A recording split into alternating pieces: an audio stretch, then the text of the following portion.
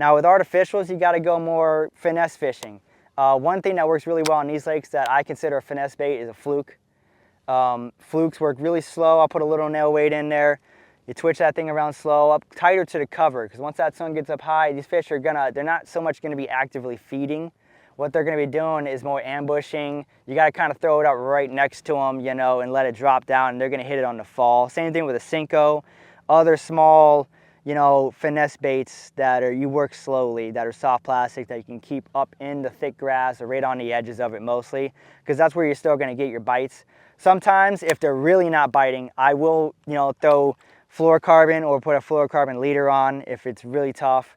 You want to go with more natural colors also, because they're seeing your bait a lot more.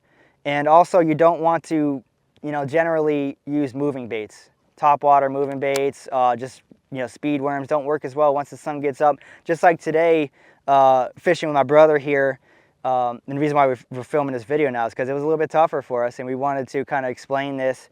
Early, they were biting the speed worm. Right now, with the sun up high, using like a June bug, black speed worm stuff, it's gonna be tougher, you know? So you switch to a Senko, you switch to a fluke once it starts getting hot, and those fish are really starting to quit, and it's just dead flat, and there's not a whole lot going on.